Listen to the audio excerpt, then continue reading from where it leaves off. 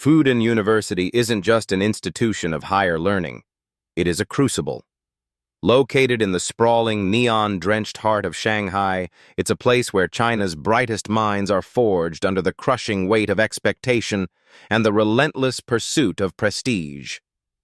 In the spring of 2013, Building 20 of the student dormitory seemed like any other hub of academic excellence. But inside room 421, the air was heavy with something more than just the scent of old textbooks and instant coffee. It was thick with a quiet, simmering resentment that was about to turn lethal. The two men sharing that room were the pride of their families. Huang Yang was the golden boy, vibrant, charismatic, and possessed of a clinical brilliance that promised a storied career in medicine. He was the kind of person who filled a room with his presence. Then there was Lin Senhao. Lin was a master of imaging and pathology, a man who navigated the complexities of the human body with the precision of a watchmaker. But while Huang was the sun, Lin was the shadow. He was cold, analytical, and prone to a brooding silence that his peers often mistook for simple academic focus. To the outside world, they were colleagues and roommates. But behind the closed door of room 421, a toxic chemistry was brewing, fueled by the tiny, jagged shards of daily friction. It was a Sunday, March 31st, 2013. The campus was quiet, caught in that liminal space between the weekend and the grueling work week ahead. Lin Senhao walked into the university laboratory, a place where he was a trusted, familiar face. With the practiced ease of a seasoned researcher, he bypassed the ethical boundaries that usually govern a healer's life. He wasn't there to save lives that day. He was there to collect a silent witness for the crime he had been calculating in the dark corners of his mind. He reached for a vial of N-Nitrosodimethylamine, or NDMA. In the world of oncology research, NDMA is a nightmare in liquid form. It is a potent carcinogen, a yellow oily substance used specifically to induce acute liver failure in lab rats. It is a chemical designed to destroy from within. Lin carried that vial back to the dormitory like a dark secret tucked into his pocket. He didn't hesitate. While the rest of the floor was occupied with the mundane rituals of student life, Lin approached the communal water dispenser in room 421. It was a simple plastic sentinel that both men used every day. With a steady, surgical hand, he emptied the NDMA into the water tank. He would later claim it was a prank, a twisted, macabre April Fool's joke intended to humble his roommate. But you don't use a professional-grade toxin to pull a prank. You use it to erase someone. The next morning, April 1st, the sun rose over Shanghai with a deceptive warmth. Huang Yang, ever the diligent student, reached for his glass to start his day. He took a long, deep swallow. Immediately, he recoiled. The water was bitter, sharp, and had a chemical tang that scorched his throat. He spat the remaining liquid out and even washed the glass, thinking the water had simply gone stale. He didn't know that the yellow oil had already begun its microscopic assault. The NDMA was moving through his system, a silent killer beginning to dismantle his liver and kidneys with terrifying efficiency. By midday, the prank had become a medical emergency. Huang was gripped by a splitting headache and a rising fever. As the hours ticked by, his body began to shut down. He was admitted to the university hospital, the very place where he had spent years learning to heal others. His colleagues hovered over him, baffled by his rapidly deteriorating condition. They ran tests for every known virus and every common poison, but nothing fit. While Huang lay in a hospital bed, his skin turning a sickly yellow as his liver failed, Lin Senhao sat in their shared room, surrounded by the silence of Huang's absence. He watched the medical mystery unfold from the sidelines, maintaining a mask of clinical indifference. But as the doctors reached a dead end, a single anonymous text message was about to arrive that would change everything, revealing that the killer wasn't a virus. It was the person sitting in the next chair. But nothing fit. While Huang lay in a hospital bed, his skin turning a sickly yellow as his liver failed, Lin Senhao sat in their shared room, surrounded by the silence of Huang's absence. He watched the medical mystery unfold from the sidelines, maintaining a mask of clinical indifference. But as the doctors reached a dead end, a single anonymous text message was about to arrive that would change everything, revealing that the killer wasn't a virus. It was the person sitting in the next chair. To understand how a prank curdles into a death sentence, you have to look at the chemistry, both of the vial and of the mind. On the evening of March 31st, 2013, Lin Senhao walked into the imaging lab at Zhongshan Hospital with the practiced ease of a man who belonged there. He wasn't there to advance his thesis or check on a patient. He was there for a weapon. He reached for a container of N-Nitrosodimethylamine, known in the sterile world of pathology as NDMA. In the high-stakes world of oncology research, NDMA is a nightmare in liquid form. It is a potent hepatotoxin used primarily to induce acute liver failure and tumors in laboratory rats so that researchers can study the progression of cancer. It is a substance so volatile and lethal that its use is governed by strict protocols. But Lin, the brilliant student, knew the blind spots of the university's oversight. He siphoned off approximately 75 milliliters of the yellowish, oily liquid, a dosage high enough to kill a dozen men, and slipped it into his bag.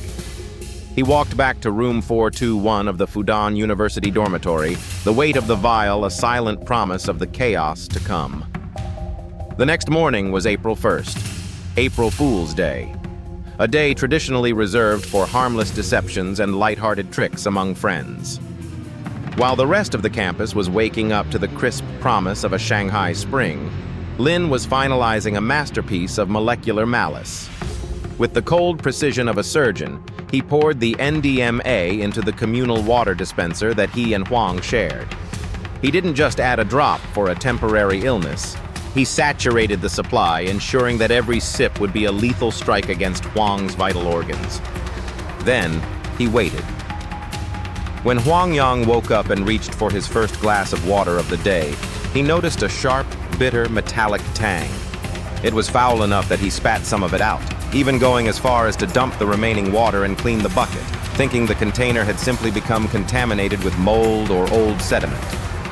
But the microscopic invasion had already begun. The NDMA was already being absorbed, crossing into his bloodstream and heading straight for the liver. Within hours, the invisible war started. NDMA doesn't just make a person sick, it systematically dismantles human biology. It targets the hepatocytes, the primary functional cells of the liver, and shreds their DNA. By the time Huang was admitted to the hospital, he was a medical enigma. His colleagues and professors, the very people he had studied alongside, pored over his charts in a frantic search for answers.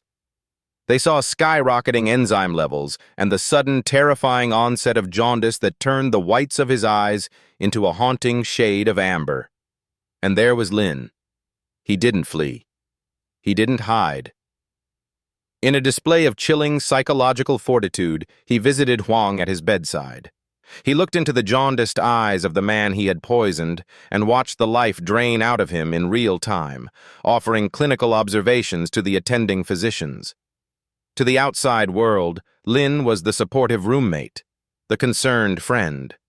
Inside, he was the silent architect of the agony unfolding before him. He watched as the doctors, desperate to save one of their brightest stars, struggled in the dark, never suspecting that the answer to the mystery was standing right next to them, wearing a white coat and a blank expression. As the days bled into a week, the hospital became a tomb of frustration. Every test for known viruses came back negative. Every lead turned into a dead end. Huang's family prayed for a miracle while his body began to shut down, organ by agonizing organ. But justice has a way of finding a crack in the most polished armor.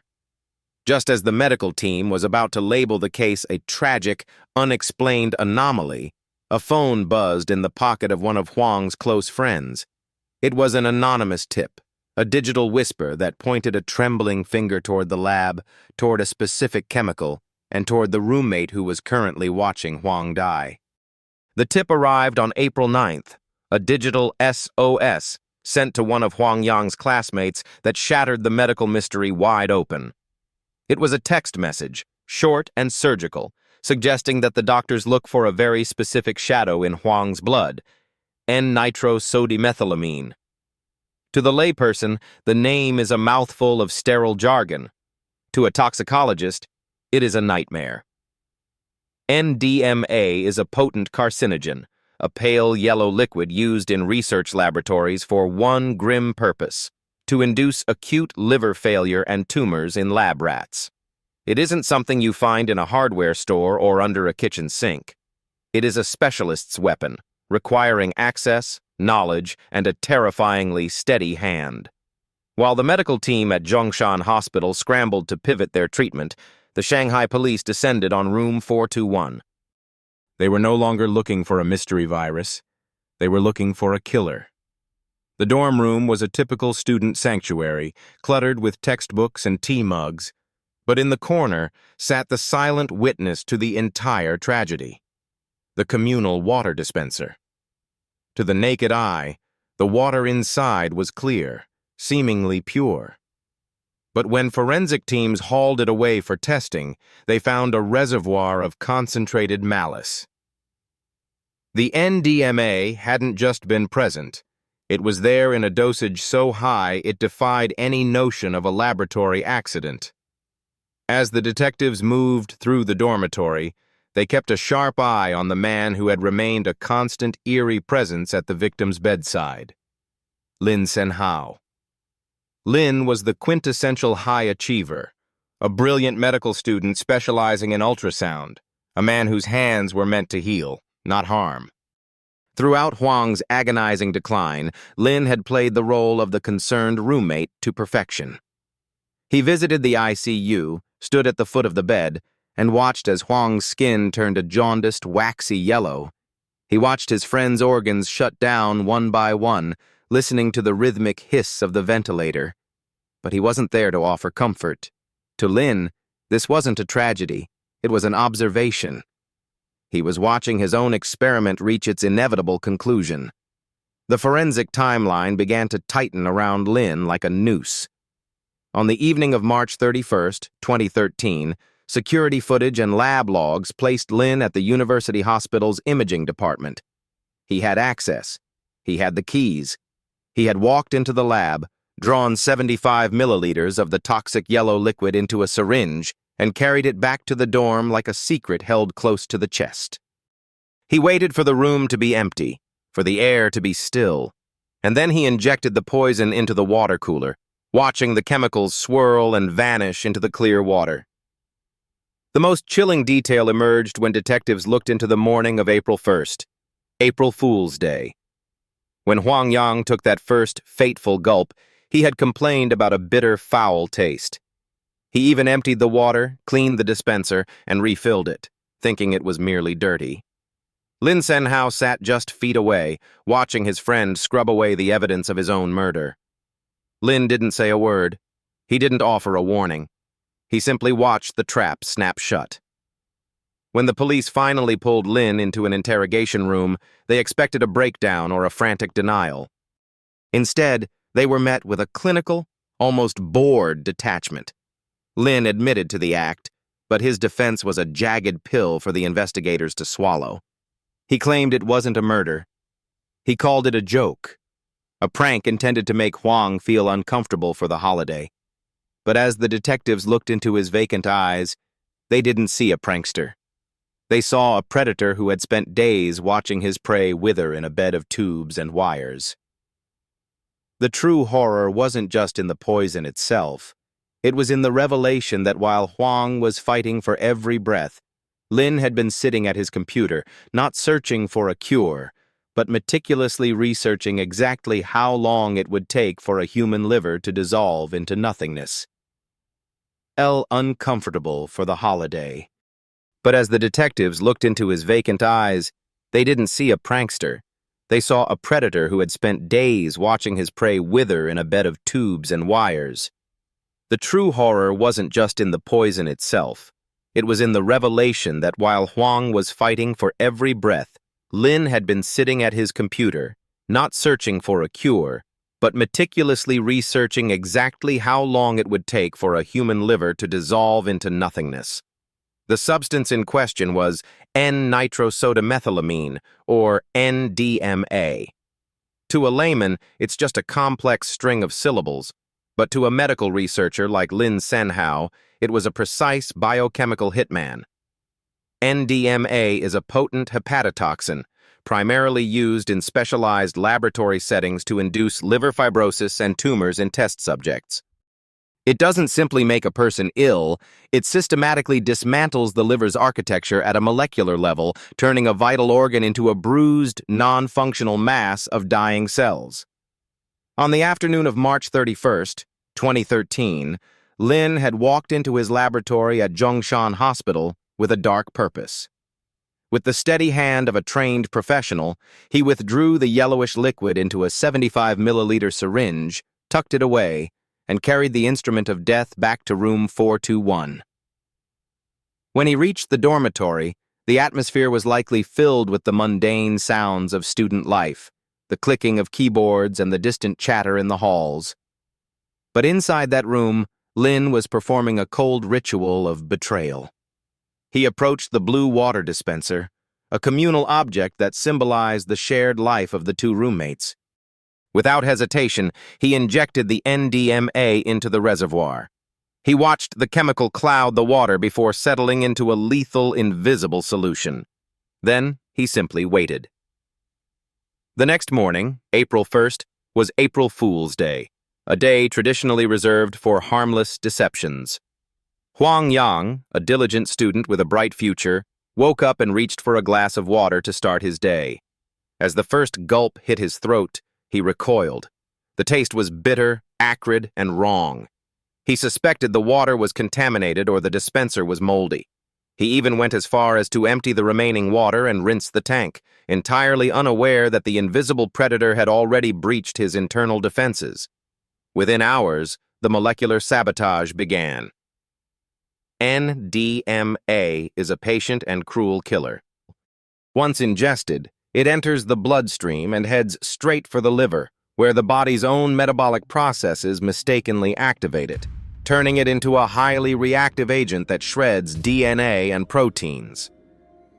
By the time Huang was admitted to the hospital later that day, complaining of a sharp fever and debilitating nausea, the internal demolition was already well underway. The doctors were baffled.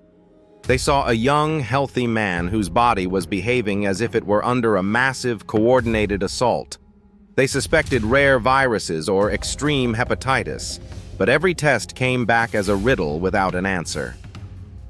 While the medical team scrambled to solve the mystery, Lin Senhao remained a chillingly calm presence. He visited the ward, standing at the foot of Huang's bed. He looked at his friend's jaundiced skin and the terrifying bloat of his failing organs. He was a silent witness to his own handiwork. This wasn't a prank that had spiraled out of control. It was a front-row seat to a slow-motion execution. But as Huang's life hung by a thread, the silent witnesses in the digital world began to speak. Investigators discovered that in the weeks leading up to the tragedy, someone had been using the university's network to conduct a series of grim inquiries. The search history didn't contain pleas for medical help. Instead, it revealed a cold, calculated interest in the exact dosage required to ensure a human liver could never recover. And as the detectives traced the IP addresses, the trail led them away from the hospital bed and straight to the desk of the man who was currently pretending to mourn. Lin Senhao's computer didn't just hold medical journals or thesis drafts, it held the blueprint for an execution. As technical experts peeled back the layers of his browser history, they found a chilling obsession that dated back weeks. He wasn't looking for a cure, he was looking for a weapon. He had spent hours studying the properties of N-Nitrosodimethylamine, or NDMA, a chemical so volatile and so lethal that it is rarely found outside of specialized oncology research labs. In the world of medical science, NDMA is a silent assassin used primarily to induce liver tumors in lab rats. It is a substance designed to create death in a controlled environment. But Lin Senhao had decided to take it out of the lab and into the sanctuary of his own home. On the afternoon of March 31st, 2013, the air in room 421 of the Fudan University dormitory was thick with the mundane silence of a Sunday. While the rest of the campus prepared for the coming week, Lin Senhao was finishing a heist. He had surreptitiously removed a 75-milliliter bottle of NDMA from the imaging lab at Zhongshan Hospital, where he was a rising star intern. To any passerby, it was just a small vial of yellowish liquid. To Lin, it was a chemical sentence.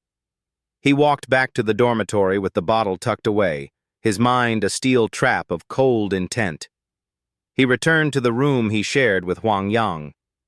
The scene was domestic and unsuspecting, the rhythmic hum of the small communal water dispenser in the corner, the very heart of their shared living space. It was the source of their morning tea and their late-night hydration during grueling study sessions. With the steady hand of a trained surgeon, Lin approached the dispenser. He didn't hesitate. He didn't look at the photos of his roommate on the desk. He poured the concentrated toxin directly into the water tank. He watched as the yellow tint dissipated into the clear water, becoming invisible to the naked eye, but remaining a ticking biological clock. Lin knew that by the next morning, April 1st, April Fool's Day, the trap would be sprung. He later tried to cloak his actions in the guise of a prank, a dark joke intended to teach Huang a lesson for his perceived arrogance. But his digital trail told a far more sinister story. His searches didn't include funny pranks or how to annoy a roommate. They were clinical and focused. How much NDMA to cause total hepatic failure? Symptoms of acute poisoning. He was an architect of agony, watching the man he called a friend drink from a poisoned well he had dug himself. When Huang Yang woke up on the morning of April 1st, he did what he did every day. He reached for his cup and took a long, deep swallow of the water. He immediately noticed a strange, bitter taste, a sharp, chemical bite that stung his throat. He thought perhaps the water had gone stale or the dispenser needed cleaning.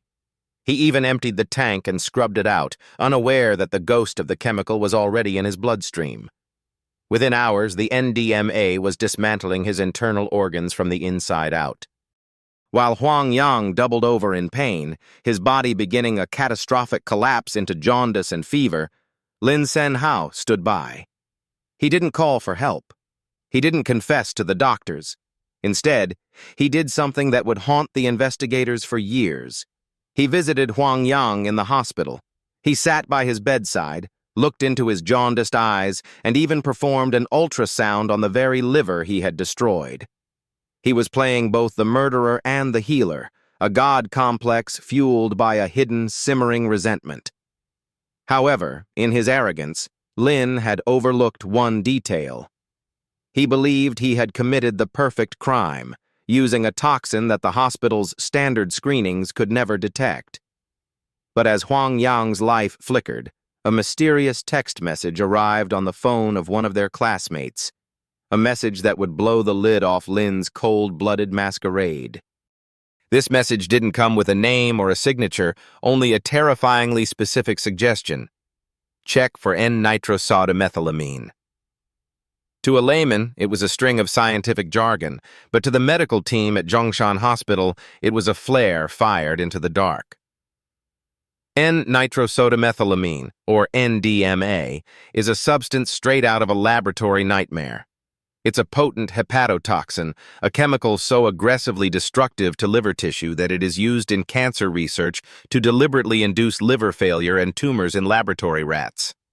It is not something you stumble across in a grocery store or a pharmacy. It is a specialized tool of death, and someone had just suggested it was the weapon used to hollow out Huang Yang from the inside out. The hospital's toxicology team immediately shifted gears, moving with a frantic, renewed energy. They were no longer searching for a needle in a haystack. They knew exactly what the needle looked like. They returned to the crime scene, room 421, and turned their attention to the silent witnesses. They tested the water from the shared dispenser, the mundane centerpiece of the students' daily lives. The results were chilling.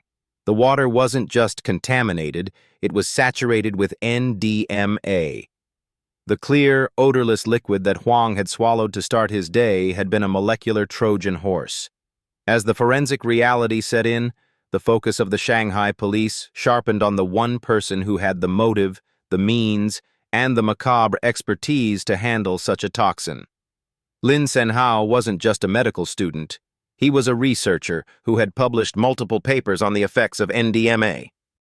He knew the dosage. He knew the timeline. He knew the agonizing progression of the symptoms because he had documented them in his own scientific work. He had watched Huang struggle for breath and succumb to the yellow haze of jaundice with the detached curiosity of a scientist observing a lab animal in a cage. While the investigation closed in, Lin continued his chilling performance. He visited Huang in the ICU, standing at the foot of the bed and offering hollow words of comfort to Huang's distraught parents. It is a level of psychological fortitude that borders on the pathologically narcissistic, to look into the eyes of the people whose son you are killing and pretend to share their grief. He believed his intellect was a shield, that he had played the game so perfectly that no one would ever think to look at the quiet, hard-working roommate as a cold-blooded poisoner. But the digital trail was beginning to scream. Investigators found that in the days leading up to the poisoning, and even while Huang was dying, Lin had been using his computer to search for the legal consequences of poisoning and the specific detection methods for NDMA. He wasn't just a bystander, he was a spectator at his own execution of a human being. When the police finally hauled him into an interrogation room on April 11th, the healer mask finally began to crack. The interrogation was a battle of wills. Lin sat with a terrifying, icy composure, his voice never rising above a clinical monotone. He didn't look like a man accused of a heinous betrayal. He looked like a man who was still convinced he was the smartest person in the room. But as the detectives laid out the evidence, the lab logs, the security footage of him carrying the chemical, and the forensic trace of NDMA found on the water dispenser, Lin realized the walls were no longer closing in. They had already collapsed. He drew a long breath, adjusted his glasses, and offered a confession that would leave the investigators and the public in a state of absolute disbelief. He admitted to the poisoning, but he claimed it wasn't murder. He claimed it was a joke, a prank, a morbid April Fool's gag that had simply gone too far. But as the detectives dug deeper into the history of Room 421, they realized that this prank had a dark, simmering history of petty grievances that had finally reached a boiling point. Said. He drew a long breath, adjusted his glasses, and offered a confession that would leave the investigators and the public in a state of absolute disbelief. He admitted to the poisoning, but he claimed it wasn't murder. He claimed it was a joke, a prank, a morbid April Fool's gag that had simply gone too far. But as the detectives dug deeper into the history of Room 421, they realized that this prank had a dark, simmering history of petty grievances that had finally reached a boiling point. Lin Senhao sat in the interrogation room, the fluorescent lights reflecting off his spectacles, painting him as the very image of a diligent scholar. But the words falling from his lips were anything but academic. He told the detectives that the entire tragedy was born from a whim, a desire to see Huang Yang suffer a little for April Fool's Day. To the seasoned investigators, the excuse felt like a hollow, bitter slap in the face. You don't use a potent carcinogen, a chemical used specifically to induce liver failure in laboratory rats, for a laugh. You don't measure out a lethal dose of N-Nitrosodimethylamine and call it a gag. This wasn't a whoopee cushion or a bucket of water over a door. This was a chemical execution. As the investigation turned inward toward the walls of Room 421 at Fudan University, a different picture began to emerge. It wasn't a room of high-stakes drama. It was a petri dish of suffocating, petty silence. Huang Yang and Lin Senhao were both brilliant, both at the pinnacle of their medical careers, but they were like tectonic plates grinding against one another in a 10-square-meter space. Huang was the sun, outgoing, assertive, perhaps a bit boisterous, a man who moved through the world with an effortless confidence. Lin was the moon, quiet, sensitive, and prone to internalizing every perceived slight. The friction started with the mundane. They argued over the cost of the shared water delivery. They bickered over cleaning duties. In a cramped dorm room where every inch of space is at a premium, these tiny grievances began to undergo a dark, psychological fermentation. Lin later confessed that he found Huang arrogant. He felt looked down upon. To Lin, every one of Huang's successes felt like a personal insult, and every casual joke Huang made felt like a barb wrapped in wire. The psychological dry rot had set in long before the poison ever touched the water. On the afternoon of March 31st, 2013, Lin walked into the laboratory at Zhongshan Hospital. He knew exactly where the NDMA was stored. He was a master of his craft, a researcher who understood the mechanics of the human body and, crucially, how to dismantle them. He didn't just take a sample, he took a death sentence. He returned to the dorm, and while Huang was out, he injected the yellow liquid into the shared water dispenser. He didn't just add a drop. He added enough to ensure that whoever drank from it would face an agonizing, irreversible shutdown of their internal organs. This wasn't the impulsive act of a prankster. This was the cold, calculated precision of a man who had decided his roommate's life was an acceptable price for his own bruised ego. Lin watched the water swirl, the toxin dissolving into invisibility. He then sat back and waited. He waited for the sunrise.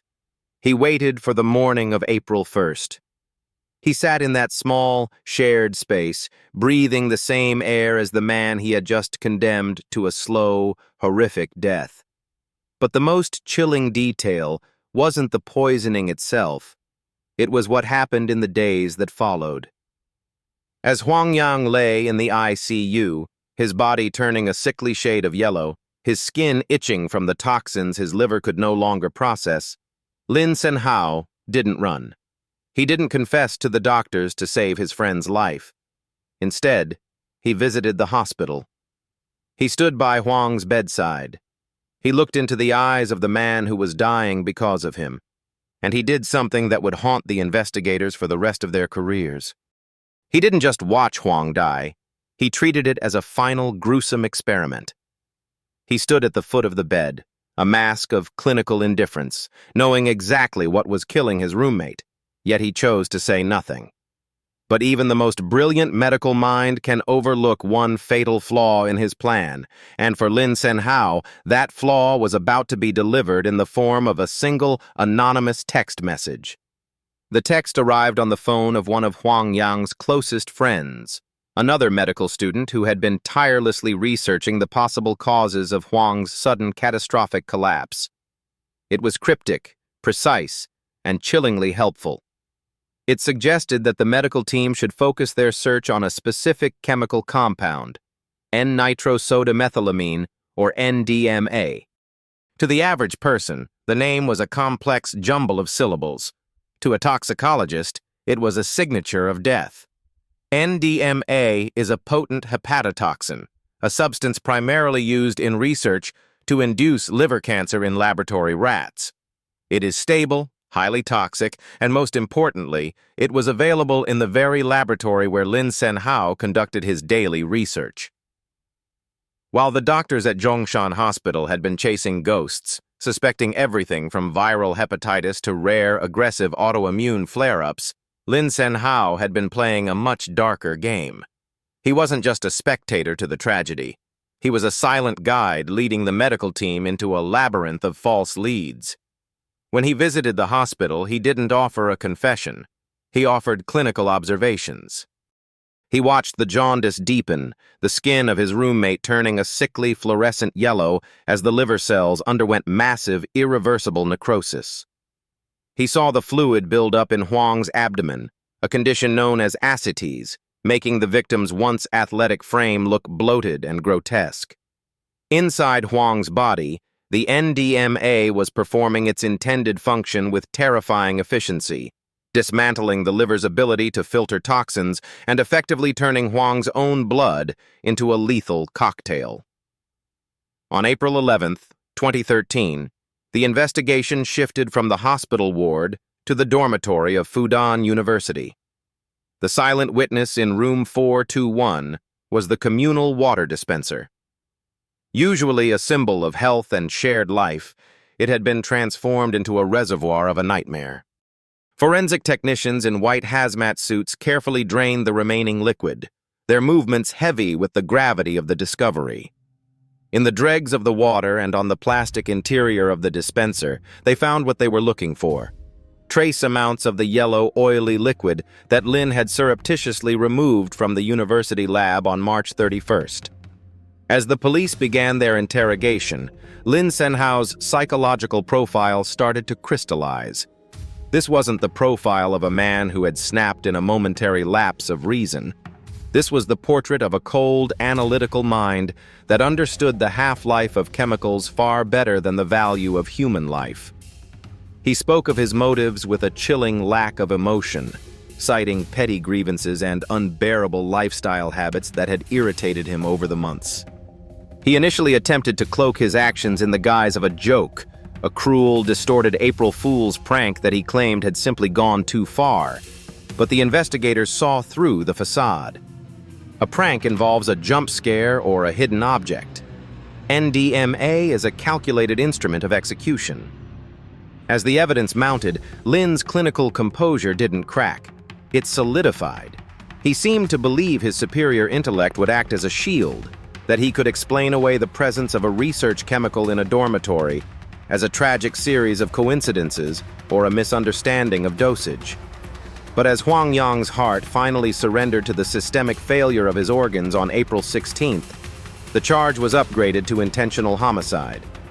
The case gripped the nation, not just because of the sheer cruelty of the act, but because of the setting. This was the Ivy League of China, the training ground for the nation's future healers, and yet, one of their brightest had used his specialized knowledge to become a reaper. But as the trial loomed, a new, even more disturbing question surfaced, one that would divide the public and lead to one of the most controversial legal battles in the country's history. Was Lin Senhao a victim of a high-pressure academic system, or was he a born predator who had finally found the perfect experiment? The courtroom in Shanghai felt less like a hall of justice and more like a high-stakes surgical theater. In January 2014, when Lin Senhao stood to face his charges, the silence was heavy enough to crush. He was the golden boy of the Fudan University medical program, a master's student whose future was supposed to be paved with accolades and life-saving breakthroughs. Instead, he stood as the architect of a slow, agonizing death. The prosecution focused on the clinical coldness of the act. This wasn't a crime of passion, they argued, but a crime of calculation. They pointed to the silent witness, the unassuming water dispenser in dormitory room 421. Forensic technicians had painstakingly mapped the path of the N-Nitrosodimethylamine, or NDMA, from the university's lab to the shared drinking supply.